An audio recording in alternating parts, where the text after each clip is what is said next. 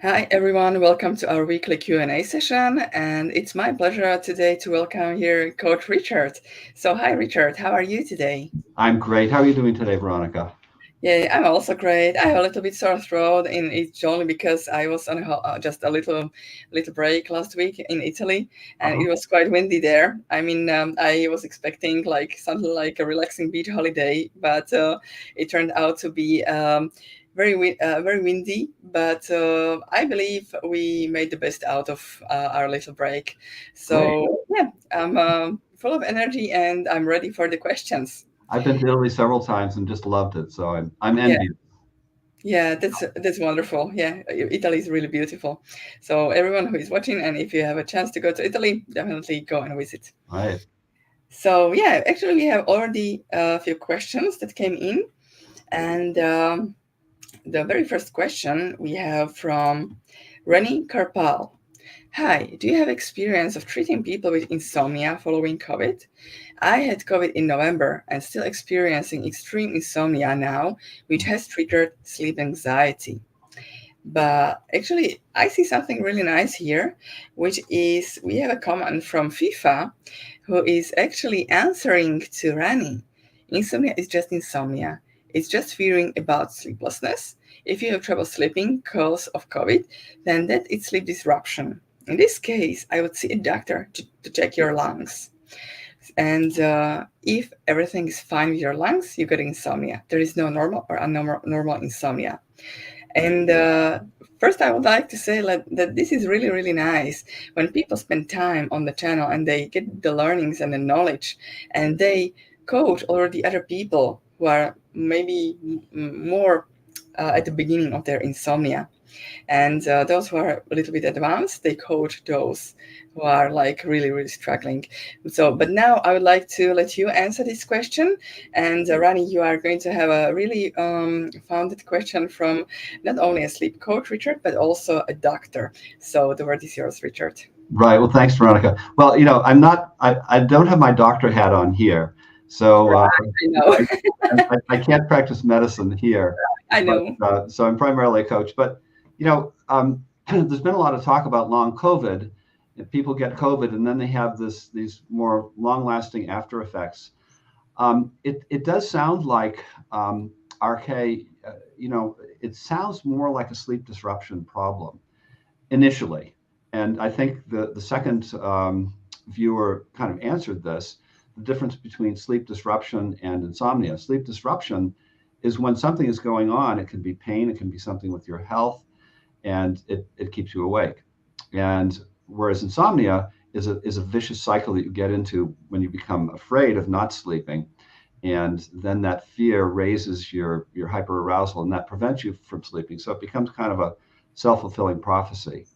And I totally agree that if the questioner thinks that this is long COVID, that, I mean, it's something to check with your doctor. Um, and if there are some physical issues going on, the doctor can address those. That's great. But it sounds more like an insomnia situation, not necessarily linked to long COVID. I don't really know. It sounds like it started that way, but has progressed to insomnia now. Yeah, absolutely. Especially when Ronnie has mentioned the sleep anxiety. This can give us the clue that it's more about insomnia the way we teach about here, which is like really the fear of not sleeping. So the key is basically to address the fear and anxiety rather than fixing sleep, right? Exactly. Yeah. Okay. Well said. Yeah, thank you so much for your answer, Richard. And right, the questions are coming in very nicely. And we have a question from A Series. Hi, A Series, our regular follower. Hello, coaches. I experience sometimes hyperarousal, palpitations, hyperventilation. Since I have the news, I'm pregnant. I fear that this hyperarousal may affect the baby negatively. So I will share my thoughts afterwards, but the word is yours, Richard, first. Yeah. So I mean, this with insomnia, hyperarousal is very common, and you get different symptoms. You can a lot of physical symptoms because your body is really ramping up for fight or flight. So your body still thinks it's 10,000 years ago when you might be facing a real physical threat like a grizzly bear. But there's no threat here, I assume. And uh, it's kind of understandable that you'd be concerned that this is going to affect the baby. Again, talk to your doctor if you have concerns about that to make sure the baby's doing okay. But I don't think this that you need to treat this any differently than you would if you were not pregnant. And the pregnancy may just be adding another layer of fear because you're not only afraid for yourself, you're afraid for the baby. So this sounds like kind of standard insomnia that I think can be addressed in the standard ways. And the other thing is that pregnancy can also be a sleep disruptor. So I don't know to what extent that might be going on. If I don't know how far along you are, but it can be uncomfortable to be pregnant, and that may be part of it. And Yeah, you're definitely. smiling because you may have had that experience. Yeah, absolutely. Yeah. And yeah, thank you so much for sharing, and especially the part that you are saying that it's adding another layer of fear, like it's new responsibility, not only for myself, I'm responsible, but now for this another new life that is growing inside of me, Mhm. right? So for the baby, and this has added a huge layer of fear and anxiety for Mhm. me. And yeah, first of all, A series, congratulations on your pregnancy. And yeah, I totally see why are you afraid. But I can only speak from my experience. I was pregnant about 2 times, and I experienced insomnia during both of my pregnancies, but everything turns out well. And you know, it's more of the fear that is that is um, that is just creating this hyperarousal. And when you just allow the hyperarousal as it is, because it's basically just safety system from your brain is trying to protect you from harm. When we understand this, like, okay, there is nothing to be afraid of, and we only and to see our brain that there is really nothing to be afraid of, we need to allow it to happen. We need to allow this hyperarousal. We need to allow these palpitations, this hyperventilation. It is uncomfortable but safe. But what our brain perceives, it is dangerous. And this is where the work lies. What we need to teach our brain that this is not dangerous, rather uncomfortable, but safe. So, right, I hope we have answered the question.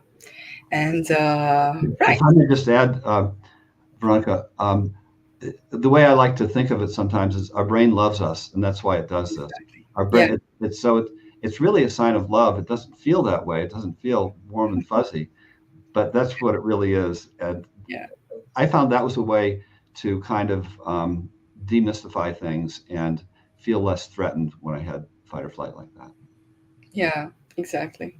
Yeah, and there is a follow-up question from a series like, since I have no control over it and cannot stop it by will, how can I make sure my baby is protected? And I would say that, of course, you have no control over, but you need to trust your body that it's going to protect you and your body, and doing everything what your body is doing in your best interest. And I can say, like, in the both first trimesters of my pregnancy, I basically didn't sleep at all because hormonal changes, the fear, and all mixed up. It was really horrible experience, but uh, it didn't harm my babies in any way. And the fact that I'm not sleeping, it doesn't mean that my baby is not sleeping, right? So yeah, trust your body. Yeah. And yeah, so now we have a question from Happy Chahar. Hi, Happy. How to stop thinking about scary thoughts? It feels so horrible to sit with thoughts and feelings of fear. How to accept it in an easy and non pressuring way? You had a few very nice analogies, like with the leaves in the river, Richard. So, yeah, if you can share them, maybe it will help Happy. Yeah, well, I think Happy. Thank you for your question here, and I'm sorry you're being you're finding this difficult with scary thoughts that you're having. One thing I like to say about this is that there's a difference between thoughts and thinking. So a thought is just something that pops into your mind. You don't really have any choice. We have this, hundreds of, not thousands of times per day. We're walking on, we just think of something, and we don't have control over that. But then we do have control over the thinking we do after that. It's like taking the ball and running with it. So you might think, oh boy, I'll never sleep again. Well, you can ruminate about that, and you can worry about that, and you can kind of take that and run with it. But it's more helpful to just go with the thought and say, oh, I have this thought. Okay, I have this thought, and be an observer.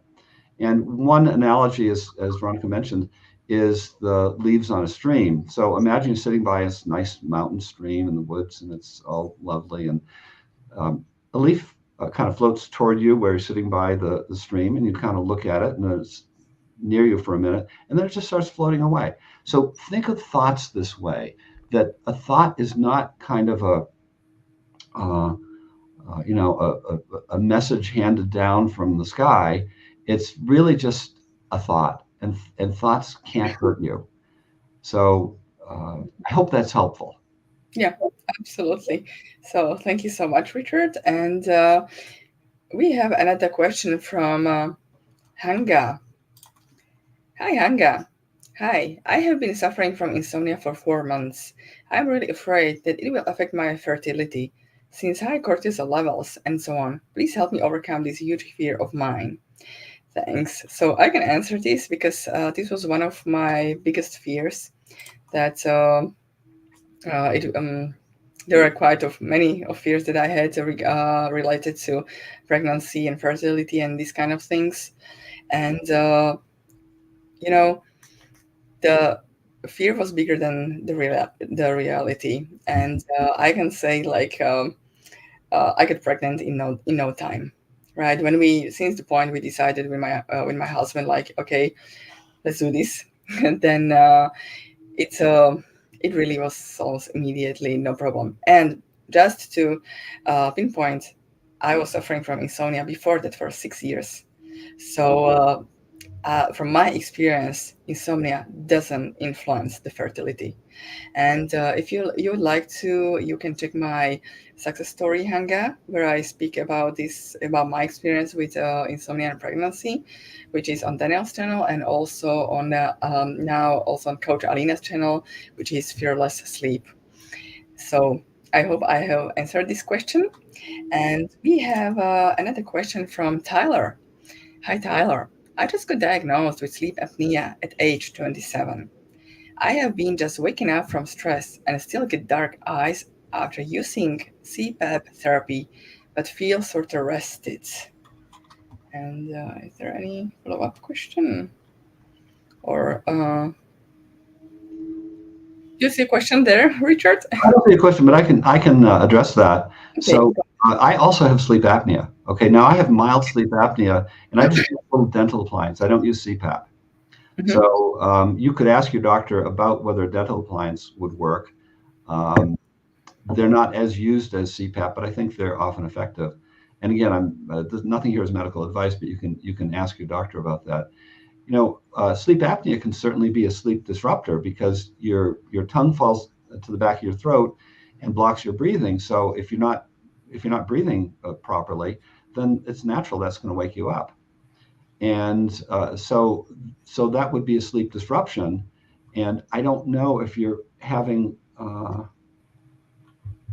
you don't say whether you're having insomnia with that, Tyler, or if you're concerned about it. But Mhm. very often, things that disrupt your sleep just lead to insomnia because you become worried there's going to be you're not going to sleep again, and then that starts the fear cycle. So two things: disruption and actual insomnia. And uh, but my sleep is fine now that I have my well, number one, I've had my sleep apnea treated for many years now, but it probably would be a disruption if I still had it, if it wasn't treated. Mhm. Yeah, absolutely. Thank you so much, Richard. Okay, we have a question from Pelapisa.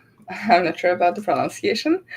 I mostly have a late onset insomnia. I wake up before feeling fully rested and don't fall asleep again, even when I'm really tired. Is this really hyperarousal? Doctor checked me out fine. So, also, should I wake up same time every day? Are there some sleep hygiene advice I should follow and some I should throw out? So, good questions. So, what are your first thoughts, Richard? Yeah. I assume that you're talking about waking. Just you go to sleep okay, but then you wake up like at 3 o'clock in the morning, and that was my pattern for years.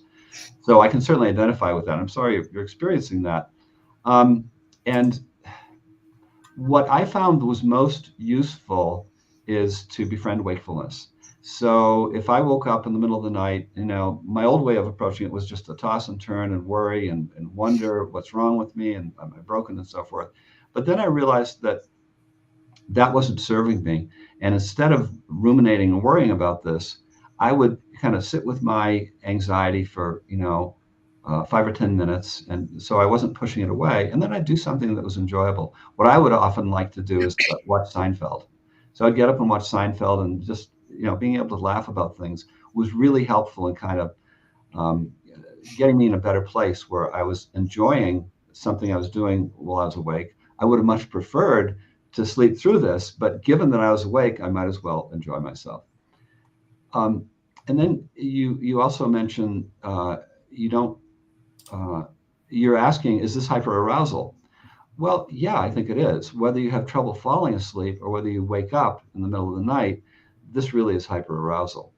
And your doctor checked you and said that you were fine. I assume that means you're fine physically, so that's good to hear. But that's not something a doctor would find on examining you, whether you have hyperarousal causing your wake up. So hope Yeah. that's helpful. Yeah, absolutely. And I used to like watching The Big Man Theory. So, and it was like I felt like, oh my goodness, I could be totally exhausted. I could be so tired. I could be really it didn't matter how angry I am or how upset or how exhausted I am. They always say something that I had to laugh. Right. So yeah, and this laugh, it was just this laughing. It was sending the signal back to my brain. Hey, it's Yeah. okay. It's Yeah. safe to be awake at night. It's not a threat. So that's why I really encourage people to do either something enjoyable, and or if you can really like do something, just watching a funny show is really really helpful. I believe. Yeah. Yeah, Yeah. 100%. I'm a fan of Big Bang Theory also. yeah, they are great. Okay, right. Oh, and there was the question from Pelopisa also. Should I wake up same time every day? Are there some sleep hygiene advice I should follow and some I should throw out? Basically, I can answer this. And basically, it's really nice to have a time that we wake up in the morning, like because it sets an anchor for our circadian rhythm. But it's not a rule. And if you feel in the morning that you just feel comfortable and you want to stay in bed because it feels nice and cozy, you definitely can stay there. But if it feels like, oh my goodness, I maybe will sleep and I need sleep and I have to chase Mhm. sleep, in this case, it's better to get up. So just you show your brain that sleep is not something that you have to chase. And so it's not so much in the forefront. Of course, you will be tired, you will be really really exhausted during the day, but in this case you just do something nice for yourself. You can have a cup of coffee, have a little rest in the middle of the day, but what is important here, don't chase sleep. And regarding the sleep hygiene, it's really up to everyone. It's uh, we often talk here about sleep efforts. And if you expect from a certain action from a certain thing to produce sleep for you, then it's better to throw it away. But if it is something that you like to do, for example, having a hot bath, doing a meditation, and it feels nice to you, hey, it's nice to meditate, it's nice to have a hot bath in the evening, it relaxes me. If you do this for your well being, then absolutely you can keep doing this. Just mind the intention. Because if you are doing a bunch of things that you are just trying to force sleep, in this way you are reinforcing the idea that being awake at night is a threat. Of course, it makes sense to really like uh, sometimes it can help you to fall asleep, right? And it makes sense in the moment. But in the long run, it's just reinforcing this idea that being awake at night is a threat, right? So either change the action or change the intention, right? Okay. Yeah, intention is really key here, and it can be kind of tricky. Am I meditating because I want to sleep, or am I meditating because I like it and it kind of puts me in a better place in my life? Yeah, And, exactly. years ago, when I was struggling with insomnia, I took up meditation, TM, and I was hoping it would turn around my sleep, and it didn't at all. And then over the past few years, I've taken it up again without that intent, but just with the intent of enjoying it and benefiting from it. Yeah, we have a really nice thank you note from G. I had a short stint with insomnia twice. It was 5 years apart. The first time I didn't know it was insomnia. The second time I educated myself, and now I have been 1 year removed. Thank you guys. So this is really nice to hear, G. And if you would like to, you can contact or send an email to the Sleep Court School if you would like to be a success story on the channel. And now we have a question from Kristen. I've made improvements. I had 3 weeks to a month good stretch. This month I had 3 days no sleep, then 3 4 days back to sleep. Back and forth like this. Is this common? So what do you think, Richard? Is Oh, this back and forth common? no, well, Yeah. thanks for your question, Kristen. I'm sorry you've been struggling with sleep.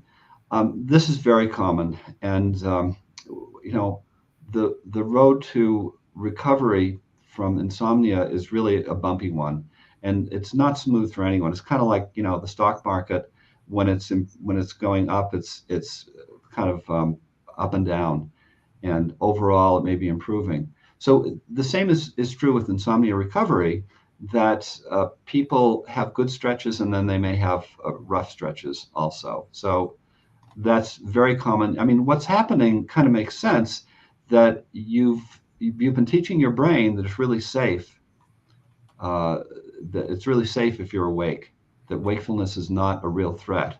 But then every now and then your brain comes back and say, oh, well, I think it really is. And your brain kind of wants to test it again. And you just have to reinforce to your brain, this is a speed bump, and I'm not sleeping quite as well after having slept better, and just kind of reinforce to the brain that you really are safe. Yeah, exactly. Okay, thank you. And maybe we answer last couple of questions. And we have Mohammed Al Faida here. Hello, I have insomnia now for 2 weeks. I'm 27 years old. I was stressing and became depressed about health issues, but the health issues are gone, and my depression is gone also. But the insomnia is here. So, yes, Mohammed, this is very common, and because at some point of your in time, this idea just got ingrained into your amygdala. Being awake at night is something to watch out for. It is a threat. So that's why it takes time to really unlearn this fear. And what uh, what could be helpful? It seems like you are really very fresh in this journey. So I'd like you to spend some more time on the channel and to educate and learn yourself, because the health issues could be gone, the depression could be gone, and we could be feeling well. but we still don't sleep. And really understanding the key and knowing why, and just simply because the amygdala cannot be reached by our logical thinking, and we need to change, thanks to our thinking, our behavior to overcome our insomnia is really the key to recovery. So um, let's answer one last question uh, from Jonas. Hi, Jonas. I'm going through a situation where anxiety and catastrophic thoughts are overwhelming during the day, and I am taking medication to sleep. There is a lot of internal conflict about this, and it all culminates in a lot of nervousness and the feeling that you are going to lose control, even hopelessness. Knowing that a month ago I had access to your content, how can I put my mind in the right place to start dealing with this in the best way? So, what are your thoughts, Richard? Okay, so Jonas, I'm sorry this has been difficult recently. Um, yeah, I mean, the kind of the core driver of insomnia is anxiety, and when we're anxious, we do tend to have catastrophic thoughts. But there's something to be said about befriending anxiety. We talk about befriending wakefulness, but wakefulness is primarily caused by hyperarousal or anxiety. So if we befriend the anxiety, uh, I used to just have a name for my anxiety. I'd call him Pete. Okay, hey Pete, you're here again. You know, what are you doing here again? So it kind of makes it a little lighter, imagining this as kind of little pest causing this anxiety, rather than this big monster. And what it really is, again, is your brain loves you and wants to protect you. So it's ramping up hyperarousal because it thinks that you have a real physical threat. So just kind of understanding this can in itself, getting the education can be helpful. And you ask, does it really get better? Oh no, that's the last one. You're taking medication to sleep. You know, again, we're neutral regarding medication, and if you've talked to your doctor and taking medication that helps, I mean that's fine. Um, you talk about fear of losing control. Um, well, you know, I don't know anyone who's actually lost control. I think you still do have control, but you're doubtful about being able to control your emotions. You really can't control your sleep, and you can't control every emotion that you have, but you can make small progress, and over time you'll get there. Yeah, absolutely. And to the question, does it really get better? Yeah, it will.